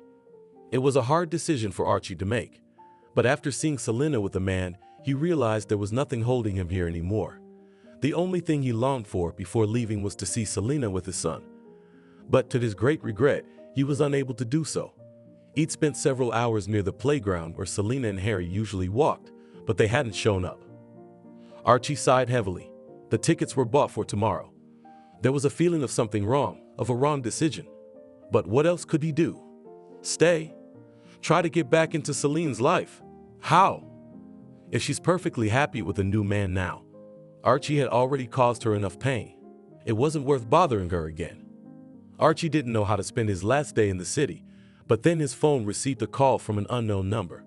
The woman's voice sounded familiar, but he didn't recognize it until she introduced herself. "This is Angela, Selena's friend. I realize it's silly to call you, because you're far away now and you can't help me. Archie's heart clenched in alarm. From the woman's voice, it was clear that good news should not be expected. He interrupted Angela. I'm not far away. I'm in Washington right now. Is something wrong? Something with Selena? Angela was silent for a moment. The woman hadn't expected Archie to be in Washington, and she called him for advice. Though she knew Selena would object. So be it. Angela couldn't just sit back and wait when her godson was in danger. Selena's not thinking straight right now. She looked like a somnambulist in general. Angela had a suspicion that Billy was drugging her friend with some powerful sedatives so that Selena would do his bidding. Archie was not a stranger. He was Harry's father and, in Angela's opinion, had a right to know. When Archie was beginning to lose patience with the pause lingering in the phone, Angela spoke up. It happened. Not with Selena. With Harry. I can't tell you everything over the phone. Come to my place. Memorize the address. When Archie hung up, he felt like he was suffocating. It was as if time had suddenly turned back and he was back there, to the bedside of his dying daughter. He felt the same way now. This is what he had feared when he decided not to have any more children. To feel that pain and helplessness again when you lose your child and can't do anything about it. The man looked around in a huff and caught a glimpse of his reflection in the mirror. His lost, faded look. What on earth was this? He hadn't even found out what had happened to Harry yet. He should pack up and go to Angela's immediately. No, I'm not losing this baby. No, not this. I will fight no matter what happens, thought Archie and started to hail a cab. Billy looked at Selena, staring at one point and sitting unmoving. She was sitting at the kitchen table with a glass of tea clasped between her palms. The woman had long forgotten about him and sat immersed in herself, as if in a trance. Angela was not mistaken. Her friend had been acting so strangely the last few days for a reason.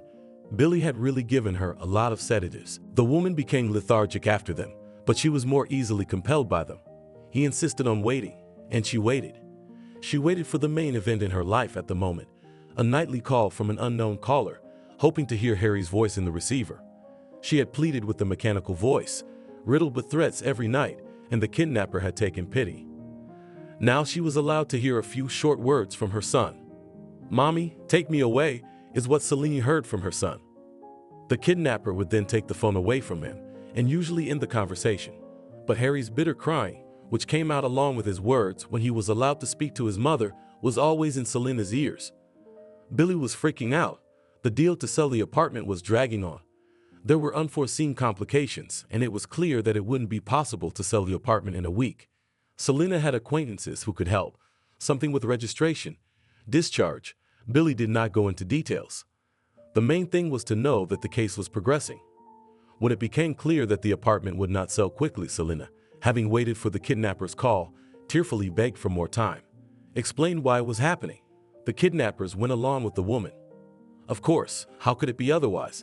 Because Billy had talked to Leslie beforehand, warning her about the complications of the sale. The man was scared, and he offered his wife to take the money that Selena had in the account and not to wait for the sale of the apartment. But Leslie got into the taste, and this money seemed to her not enough, wanted to get everything. Although the woman freaked out about Harry, who, as she put it, whining without ceasing, asking for his mother. No one looked at her rented apartment. The housing was paid in advance, and the neighbors knew that it was rented by a woman with 2 children, so they were not surprised by the crying from there. But this crying annoyed Leslie herself. In one of her phone conversations with her husband, she said she'd found a way to tame the brat. Billy suspected that Leslie was beating the baby, but he didn't care. The main thing was to keep a low profile so the neighbors wouldn't suspect anything. Frozen with a glass of tea in her hands, Selena spilled it onto the table when the phone on the table suddenly rang. She knew it couldn't be the kidnappers. They called in the evenings and it was still morning. And a glance at the screen convinced Selena of it. It was Angela calling. Selena spoke to her for a short time and hung up with one last thing to say. "Okay, I'll be right there." A worried Billy asked, "Where are you going?" "Angela asked me to come to her place." "Why else? You know the kidnappers are watching us, so maybe we shouldn't go out too much." "Well, if they're watching, they'll know I'm going to my friend's house. She withdrew her savings, and she wants to give it to me." Selena rose from the table, albeit a little sluggishly, and put her tea glass on the table, still untouched. Angela asked me to come alone, so I'll probably call a cab. I'm afraid to drive myself, you know. What kind of nonsense is that? Billy blurted out. Why do you have to take a cab when we have a car? And why, may I ask, does Angela want you to come alone? You know Angela doesn't sympathize with you. She makes no secret of it. Like I sympathize with her. Billy grumbled unhappily. But anyway, there's no need to call a cab. I'll drive you and stay in the car, but I won't go in. If that's the way it is, that's fine. Let's go, Selena said conciliatorily. As Billy drove Selena to Angela's house and waited for her in the car, his anxiety over Angela's call subsided. What's the big deal? His best friend wants to give him the money he needs right now. She'll probably give him everything she has. It's logical, because Angela is also attached to this snotty little brat. What stupid creatures women are. They're so easily manipulated by spinsters, thought Billy. He was sure Angela wouldn't make any sudden moves, like calling the police. She's afraid, like Selena, of making an irreparable mistake. Selena took off her shoes in the hallway of Angela's apartment and noticed that her friend, for some reason, was very nervous. When she went into the room, she realized why. There was Archie, who had jumped up at the sight of Selena and was now standing there looking at her silently. Selena turned sharply to see her friend stopping behind her. Angela, what is he doing here? Did you tell him everything? What did you do? Why? Selena instantly shook off her sedative-induced lethargy. She was shaken by Archie's presence and Angela's actions behind her back. Angela, though she felt a little guilty, raised her voice too. Yes, I called Archie. I called him and I told him everything. Because I think he has a right to know. It's his son too. His son? What kind of son is he? Archie didn't want to know. Selena was arguing with Angela, trying not to even look in the direction of the silent Archie. He didn't need us, he left us. He doesn't care. No, he cares, Angela argued, and he's not a stranger to you. The woman lowered her voice and continued in a much quieter voice. I know, I saw him in the maternity ward, Selena, when you were in labor. He was there until the very end. I didn't tell you this, but I know for a fact, a man can't be so worried if he doesn't care. Selena, Archie interjected, our differences are not important right now. What is important is how to find and get Harry back. Harry, Selena whispered bitterly. Do you know Harry? He's your son and you've never even met him. I have, Archie lowered his head and continued, no longer looking Selena in the eye. I've seen him a few times. Watched you when you were walking in the yard. But I didn't go near you, didn't want to disturb you. Because I wasn't sure what I really wanted. And now you know what you want? The man laughed bitterly. Yes, I do now. The moment I saw you with another man, I was sure of what I really wanted. And when I realized I was too late. I don't know why I thought I could come back anytime. I'm sorry, Selena, I was wrong. I was afraid to live, to really live, afraid of the pain I'm feeling now. This fear for my child, you know I've already suffered a great loss. But now I realize there's no life without suffering. No life for me without you and my son. Selena couldn't take it anymore, she cried.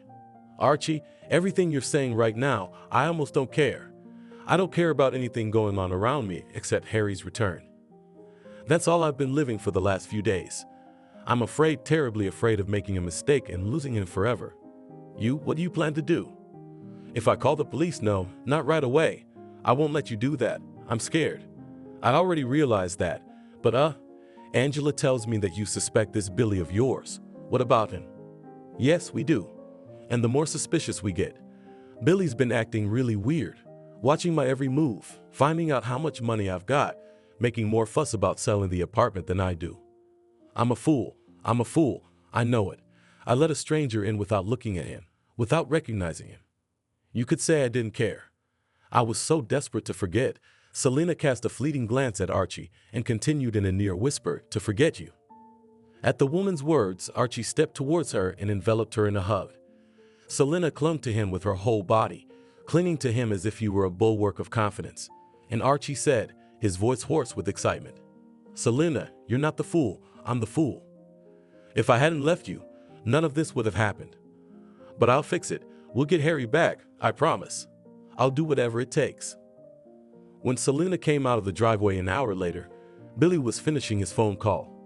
No, I'm telling you, I can't show you the car right now, he said curtly and disconnected. Getting into the car, Selena asked, "Who was that on the phone? Is it from a car ad?" Billy waved the woman away and tried to change the subject, but Selena wouldn't let him. "No, you answer me. Did you turn down a potential buyer?" "Of course I did, Selena. What's this about meeting with buyers? We don't have time for this." "What are you doing?" "I'm selling the apartment. Angela's giving me everything she has." "What about you?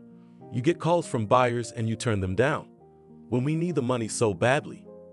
Billy's eyes went wide. He didn't know what to say, so he blurted it out. "What are we gonna drive?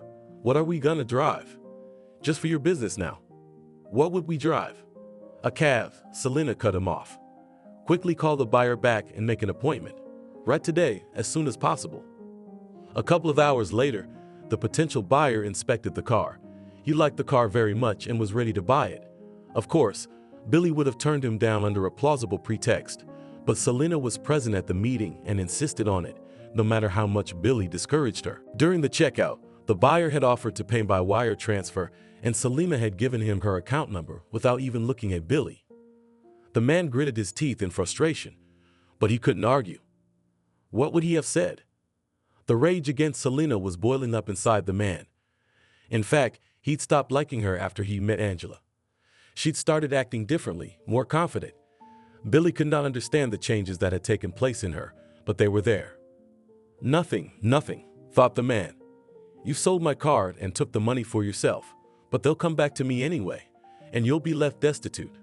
I've got to scare you again. You're getting a little slack, darling. Billy took advantage of the moment when Selena was busy with a customer and went outside. He called Leslie and briefly gave her new instructions. That evening, when the kidnapper called as usual, Harry was crying into the receiver in a particularly pitiful way, and then Selena heard the loud smacking and hysterics of her child. After that, there was a short beeping sound in the receiver. Selena burst into sobs. They're hitting Harry. I heard it myself." "What the hell is this?" Billy cheered. He was the one who had asked Leslie to make Selena remember what she was really afraid of. He didn't like the woman's determination in selling the car. But despite her frustration, Selena remembered to do what she and Archie had agreed to do. She slipped a powdered sleeping pill into Billy's dinner, and after waiting until the man was sound asleep, she picked up the phone. Half an hour later, Archie walked into her apartment with a man she didn't recognize. "This is Oliver, I told you about him." Archie introduced his friend to Selena. Selena nodded silently.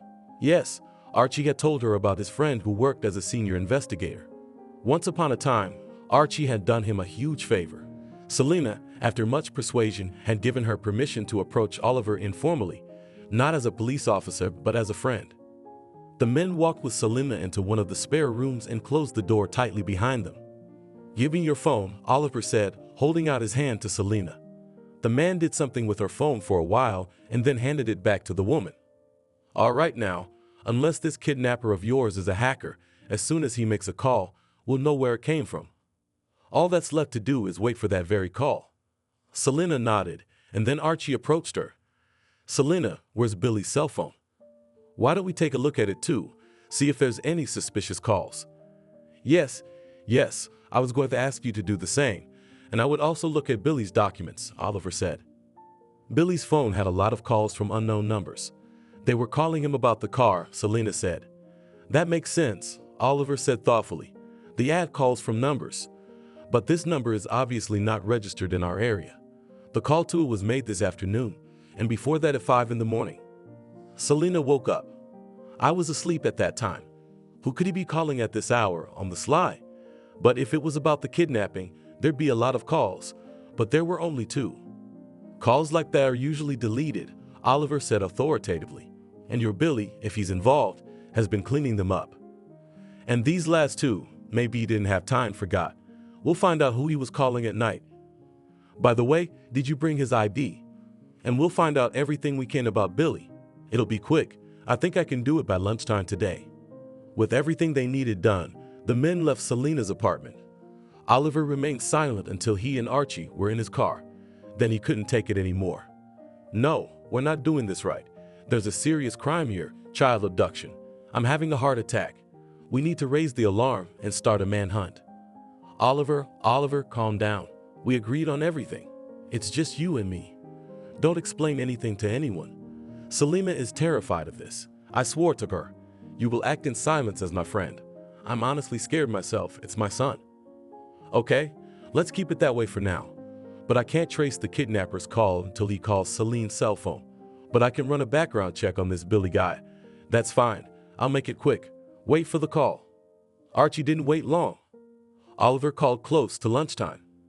I've got some exciting news for you. I don't know whether you'll be surprised or not, but your Billy is officially married. Although he doesn't have a stamp in his passport, I don't know why. His marriage is valid and 2 children have been born into it. Are you surprised? Not really? Then I'll continue. This is the number that Billy calls at night. It's registered to his wife, Leslie. Well, I'll tell you what, Leslie's in D.C. right now. I have my text run a billing trace on the caller's location. Did I do a good job? You sure did, Archie exclaimed. Text me Leslie's current location. I will, of course, but it's not an exact address, but a location, mind you. Having found out the location, Archie drove there without delay. And on the spot, it was not difficult for him to find out the address where a woman with 2 children rented an apartment. They turned out to be very noisy tenants, and after asking people living in the area, Archie came across a grandmother who confidently pointed to the apartment 1 floor above her. A rude woman lives there, the grandmother almost spat, with her Ogoloids who yelled day and night. Then Archie pulled some money out of his pocket and asked slyly, "Grandma, wouldn't you like to make a little extra money?" Leslie, shifting her eyebrows angrily and looting over the whimpering Harry, yelled, "Eat your porridge," I said. "You're going to starve to death, and I've got to get money for you. Your mama's not in a hurry to pay up." The boy, fearfully shrugging his shoulders, began to hurriedly swallow the frozen porridge, terribly afraid of this evil aunt. The door of the apartment rang. Leslie was alertly alarmed. Who could it be? No one usually came to them. "Chew your porridge and sit quietly, or you'll get it," the woman said to the boy and went to open the door. A small, gaunt old woman stood at the door, but she was very determined. "I'm the neighbor from downstairs," she shouted. "I'm the downstairs neighbor," she shrieked. Leslie, confused, had no time to do anything, as this old woman, pushing her aside, burst into the apartment. She stormed through the apartment, checking all the faucets. The grandmother saw 2 children playing in the only room and another frightened younger boy leaning over a bowl of porridge in the kitchen. With that, Grandma left the apartment, nudged in the back by a recovering Leslie. "Well, are you sure? I'm not leaking anything. What a mess." Although Leslie was angry, she saw nothing suspicious in the visit of the neighbor. Grandmother went downstairs and held out her palm to Archie, who was standing there. "Give me the money. I've looked around. There's a woman and 3 children in the apartment." "You're not mistaken. Are you sure it's 3 kids?" That's right. A girl and 2 boys. One's just a little kid. This one." Archie showed his grandmother a picture of Harry on the screen of his phone. The old woman squinted her eyes, scrutinized the screen. "I can't see very well without my glasses, but yes, it looks like him." "Yeah, that's him." Archie jumped out of the cat-smelling entryway, gulping for air. How quickly it had all happened. He found him. He found his son. More than anything, he wanted to rush into that apartment and wrestle Harry from Leslie's grasp. But he was a little afraid. What if she saw him and hurt the child? The man had promised Oliver to report all his actions, so he found the strength to call his friend first. Hearing the news, Oliver told Archie to do nothing and wait until he arrived on the scene with the task force. "But I can't wait," Archie exclaimed. "When you get here again, I'm going to go and get my son right now." "Don't you dare. You can't do that. Come to your senses, Archie. We'll be here very soon." "Even if you succeed and you take that woman's baby away from her, what then? Leslie's gonna run off with Billy. They'll run away, and we won't be able to prove anything. You want the criminals to go unpunished. Stand down and wait," I said. "And don't tell Selena anything yet. Under no circumstances, do you hear me? She'll betray her joy in front of Billy." Leslie was very surprised when, only half an hour after the neighbor's visit, her apartment was called again. She looked through the peephole and saw the same old woman living downstairs. With irritation, she opened the door, swearing at the same time. "Yes, what do you all want from me?" The woman had no time to do anything, as uniformed men burst into the apartment, pressed her face against the wall, and handcuffed her hands. The last to run in was a tall black-haired man in civilian clothes. He rushed over to the frightened, huddled Harry and grabbed him in his arms. The boy cried, and the man kept stroking his head and repeating, "Don't be afraid, it's over. I'm your daddy, you hear me, Harry daddy? I'm going to take you to your mommy." Oliver walked over to Leslie, who was facing the wall. He removed the woman's handcuffs and shoved her own cell phone, which he found on the table, into her hands. "Now call your husband Billy. Tell him to get here right away without explaining anything." Leslie was pale, but her eyes remained dry. "My children," she pointed with her hand toward the frightened boy and girl. "They are scared. Can I go to them?" "Oh, you don't feel sorry for your own children? Can you mock other people's children?" Oliver grinned. "I'll allow you to calm the children only after you call your husband here. Make up some plausible excuse and tell him to come right away." Leslie unconsciously picked up her cell phone and dialed Billy. "Billy, get over here right away. Something's happened to Harry. I can't tell you over the phone. Come over right away." When Billy ran into Leslie's apartment, he didn't have time to see anything as he was met with a punch to the face in the hallway. Archie punched him furiously, all the while repeating, "This is for my son. This is for my wife." A young guy from the task force rushed to pull Archie away, but Oliver stopped him, saying, "Don't, he's entitled to it. The bastard's getting what he deserves." A happy Selena kept her arms around Harry, who had both arms around her neck and couldn't get away from his mom. Archie was looking at this picture with a happy smile.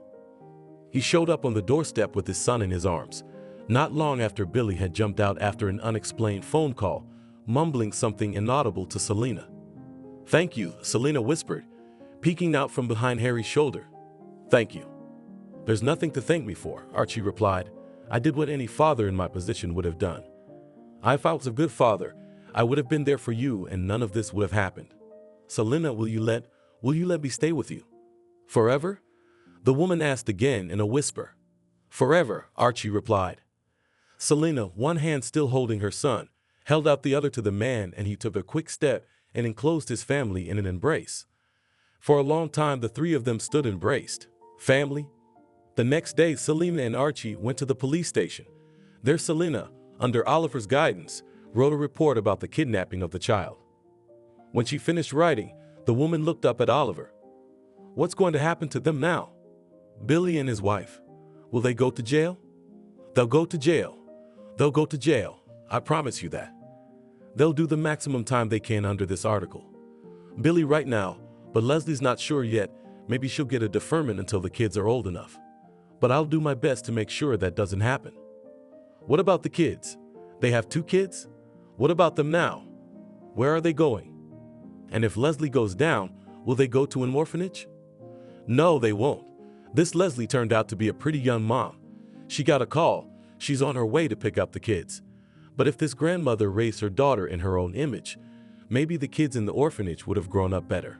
Who knows?" Thank you for watching this video to the end. Subscribe to the channel. Like it, write comments if you like the story, and see you on the channel.